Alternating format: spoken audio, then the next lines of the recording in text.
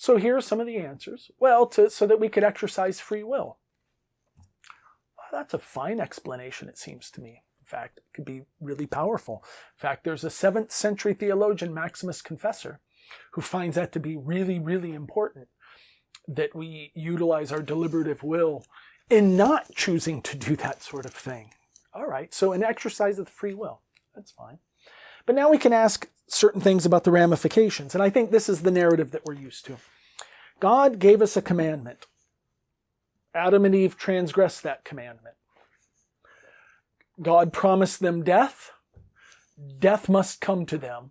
If God is a just God, and everyone's going to say he's a just God, then he must respond to them with justice. And usually justice means some sort of punishment. That's usually what we take their curses to mean. Work by the sweat of your brow, labor pains, for your husband will be your longing, all of that. So, commandment, a law, transgression. I promised you a punishment. Now you must have a punishment. And the punishment there would be death, though they don't die initially. All right. Some theologians will argue there's a spiritual death there with them. All right. Okay, so now and I assume this is a story that everyone's used to. Let's go one step further. Let's just give a really nice kind of,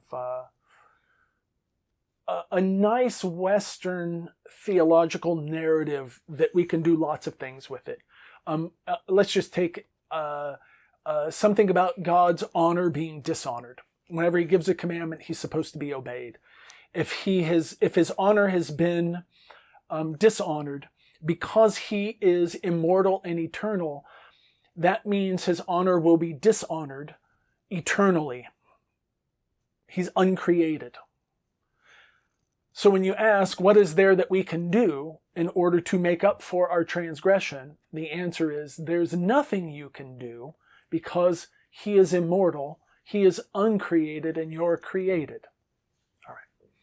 In order to make that offering, that sacrifice, hopefully you can see this is where Christ steps in. So now I have to put it inside of a Christian context for talking about a soteriological narrative. Why? Because Christ can offer himself, whatever that is. If it's, well, I don't know, if it's a meritorious offering, great, then we can all tap into the merits of Christ that he offers to God the Father. If it's more of a reformed narrative, God unleashes his wrath onto Christ so that he need not unleash it upon us.